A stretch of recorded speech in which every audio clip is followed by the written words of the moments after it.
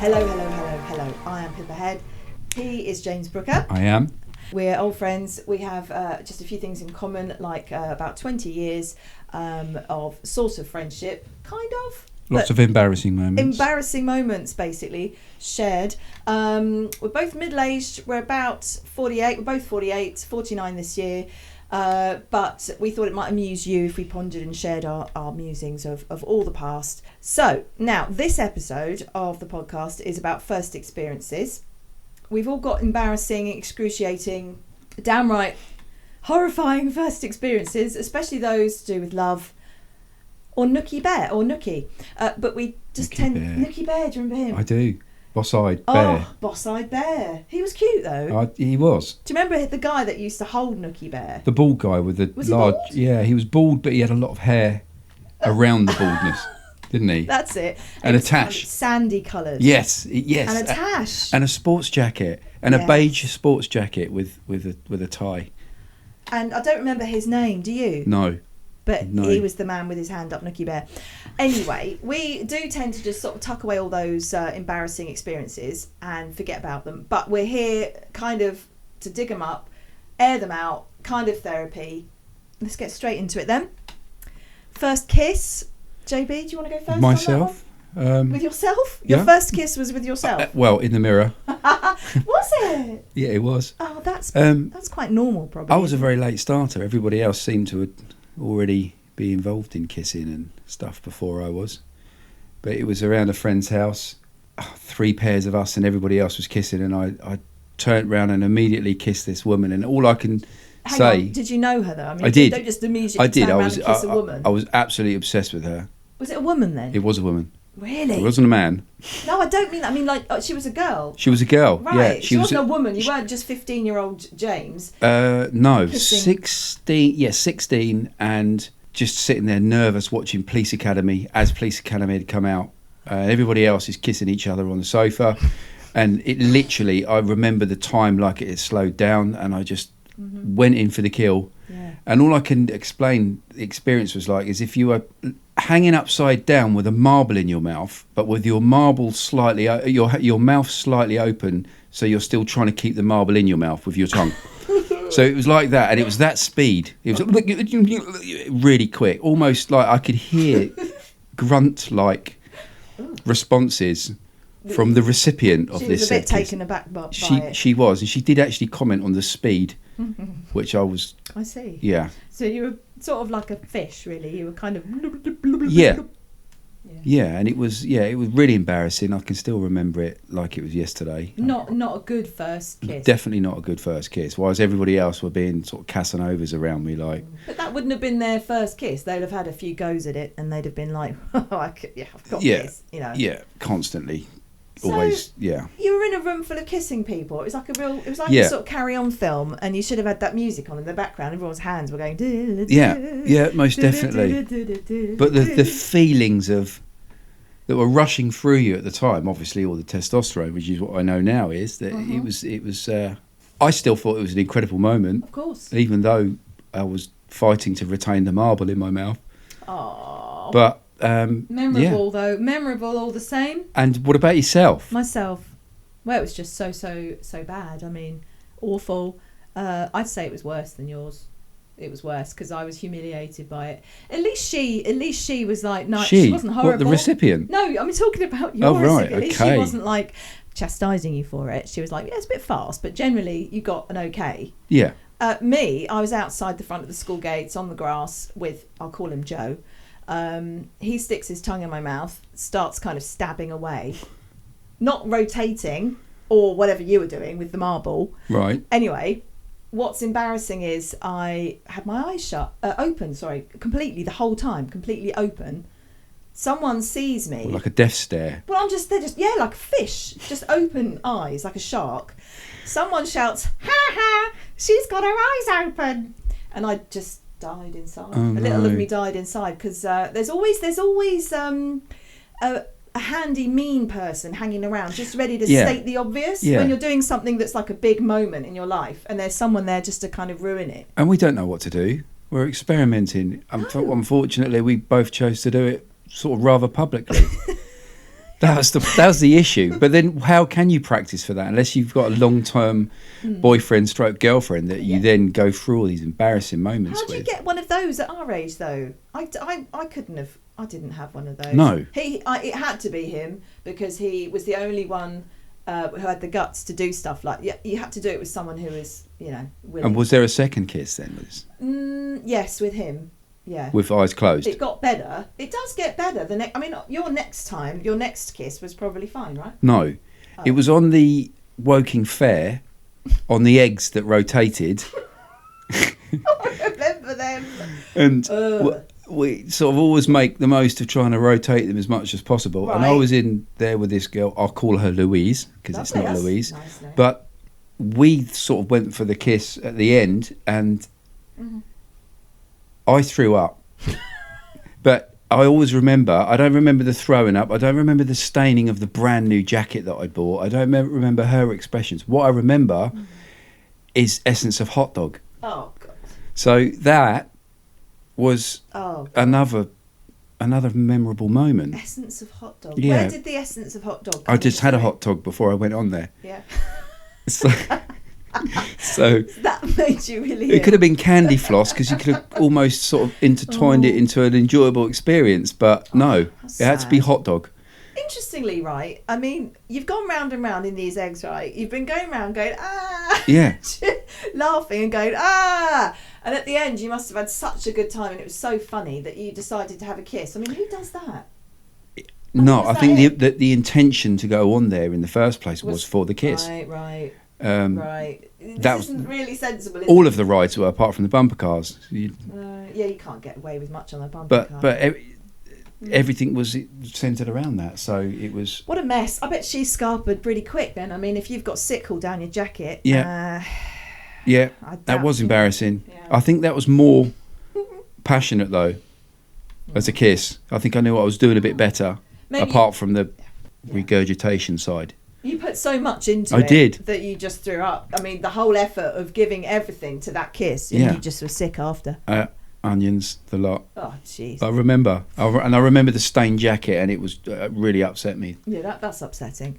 So that stayed with you clearly. And your second? No, I mean, this leads on to first boyfriend really, because after that it was into sort of getting a boyfriend, and I remember the problem with that was just silent awkwardness. Always, never any conversation whatsoever. It's weird, of course, because now I talk all the time. I've got no problem talking, as you can tell. Yeah. But back then, I was very unsure of myself, very quiet. I was basically an amoeba. I hadn't really developed. I was an undeveloped, unevolved person. So I started going out with this guy. Call him Robert. Okay. He was my first boyfriend. I remember though, it was very, very frustrating because we'd be walking around school for hours, literally walking around school, holding hands, but just not saying a word. That's still quite brave. We were holding hands, so that was quite brave, but we weren't speaking. So it was literally like you were marching, like you were on parade with a soldier, but you're holding hands. Yeah. So you're not saying anything. You're looking straight ahead. Yeah. You're walking around, and then eventually, right, he shouts, "Ah! I can't stand it!" like that. And then he just kept walking because the silence was so bad, such total torture. And even after that huge sort of watershed moment, and you'd think, oh, the relief, let's start talking. We still had nothing to say, and all we could do was just snog, and that was all we did. We just snogged. Was that nothing to say because of embarrassment of obsession, infatuation, or was that just because... You're being kind, because actually that's true. We were pretty infatuated, and it was all like love letters and all that kind of thing. But you'd think, wouldn't you? You'd think you'd have something to offer, something. I mean, you do, but it's I can relate to it. Painful. I can relate to it. So going back to Louise, as we called her, she lived about 4 miles away from me. So I would. Right. Take it upon myself, we were at school together, take it upon myself to ride to her house in the middle of the night, just so I could climb up the wall of the house, climb up onto a lean-to of the next door house, walk along their lean-to, tap on her window, and we would just literally snog Through the window? Through the window, yeah. Yeah, just very pretty patterns all over the window after. But the main part and the memorable part was she had an ex-boyfriend that didn't take too kindly to me going out with her. So what I would do before riding to her house was unscrew a table leg from the house and stick it down my back and ride the 4 miles You're joking. to Old Woking, just in case I happened upon this ex-boyfriend that wasn't taking too kindly to me going out with this. Mean streets, man. Mean streets. I'd never had any confrontation, but I did actually, because my father worked night shift, came home, made a tea, leant on the table went over and he chipped a tooth. And that was the start of our relationship that took a dive, my father and I at the time. I can imagine that didn't go down well. How do you explain it? Where's that effing table leg? Right. Yeah. So did you have to sort of? I said you've got to defend yourself, right? You got to defend yourself, and I said I'd unscrewed it and left it outside for some reason. Didn't say that I was riding to another town to defend myself against would-be attackers. Do you know there's something very romantic in that, though? You know, boys have always got. It's much more romantic, I think, for men, boys, because they do crazy things, don't they, when they're in love, and girls kind of just sort of sit there, like kind of letting it just all kind of happens. We don't get to sort of get on a bike and ride into another town. That rings true though, because I always remember, not only do I remember the kissing side, I also remember the ride there and the ride back, sort of making the most of the moment of what I was doing. Riding quite fast, I may add, just in case, you know. What's his name was prowling. Yeah, on a BMX that was... or a grifter, if you couldn't get a BMX. A grifter or a chopper. Well, chopper was... Always wanted a chopper. That was out of my reach. I couldn't get a chopper. Me too. But I had a grifter. We had a grifter. And a rally. I had a pink rally before that. But the grifters were still quite a good bike. Not bad. Big fat tyres. Yeah. The first of the mountain bikes. Mm-hmm. That's true. Heavy though. Really heavy. Yeah, a really weird plastic seat, if I remember right. And twisty gear changes on the handlebar that if it went into second, your foot would slip and you'd smash your knee. I remember that. I remember that. I remember all the clicky things I put in the spokes on my wheels. Oh. What, to make it sound like a motorbike? Yeah. Like it. Yeah, it did sound like a motorbike, as I remember.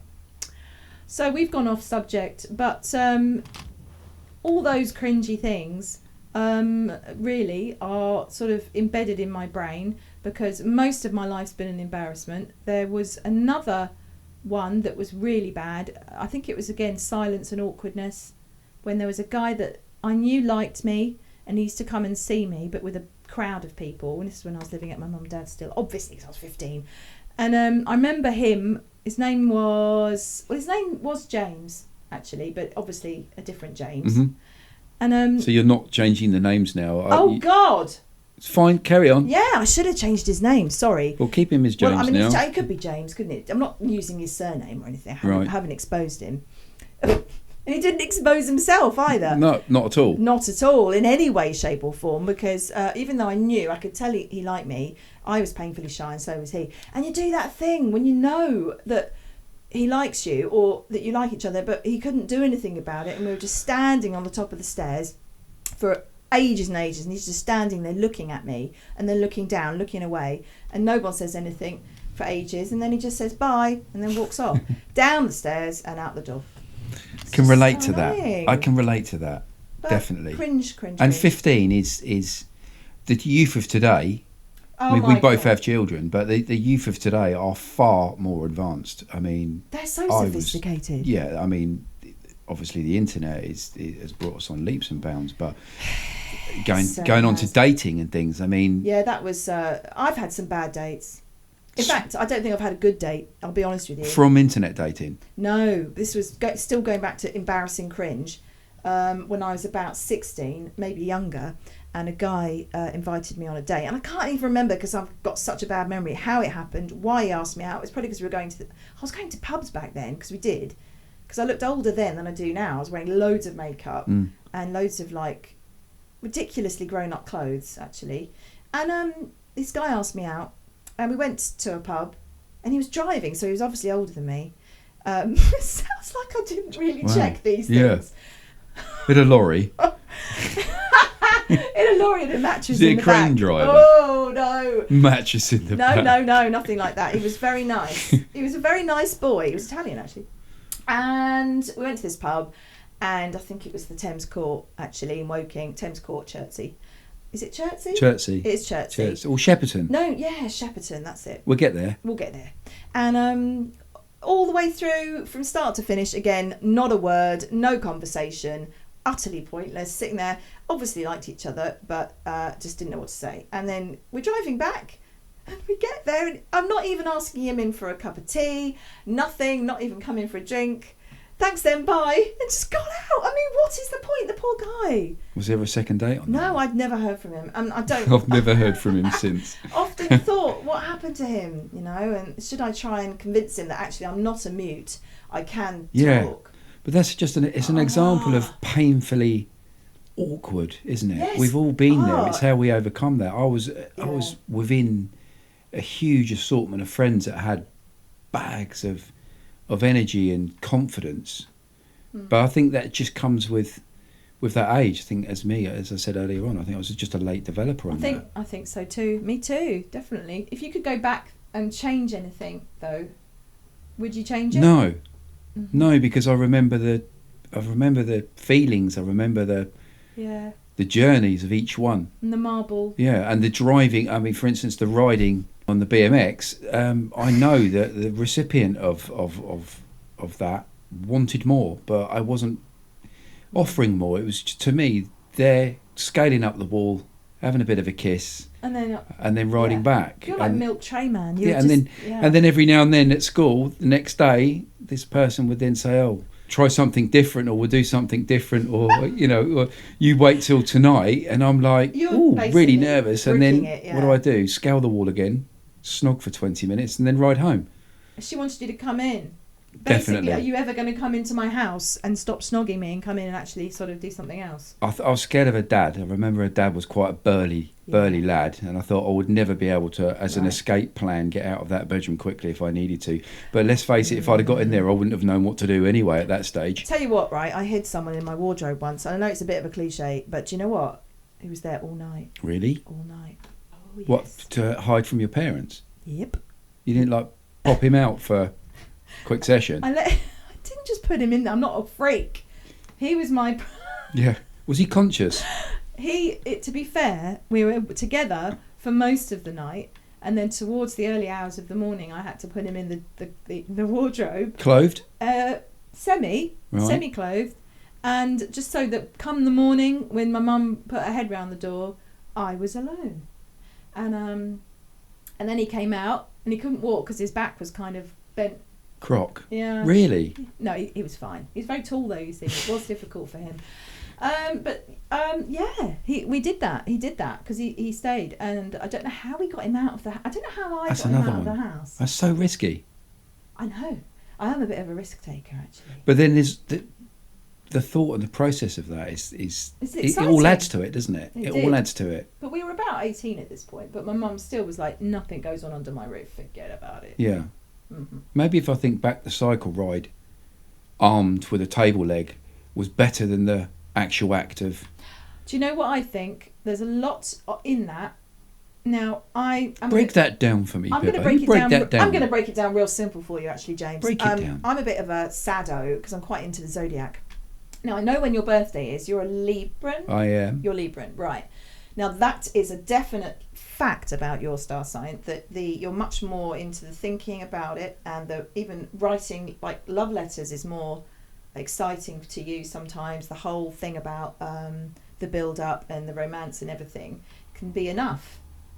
Am I right? Or not enough, but Are we into predicting to 1/12 of the population now? Well, all right, yeah, there you go. It probably is a bit... I'm probably talking utter BS, and it's most people, right, would probably say, actually, that's more... But fantasy. I mean, the fantasy side, 100%. Yeah. Well into a fantasy world. I mean, yeah, I struggle to keep a small toe in reality. So that is the issue. I constantly daydream. Yeah, really? All the time. Well, that's good. All the time. I'm a bit like that. Who doesn't do that? I live in a bit of a dream world. That's good to hear. Yeah, but I'm not like you. I feel a lot better, actually. That was very cathartic. How about you? Very. Yeah. I feel a sense of relief. Drained. You look terrible. Thank you. Well, that was us confessing basically all of our embarrassing. I don't think all of them, but a hell of a lot of our embarrassing. Tip of the embarrassing iceberg.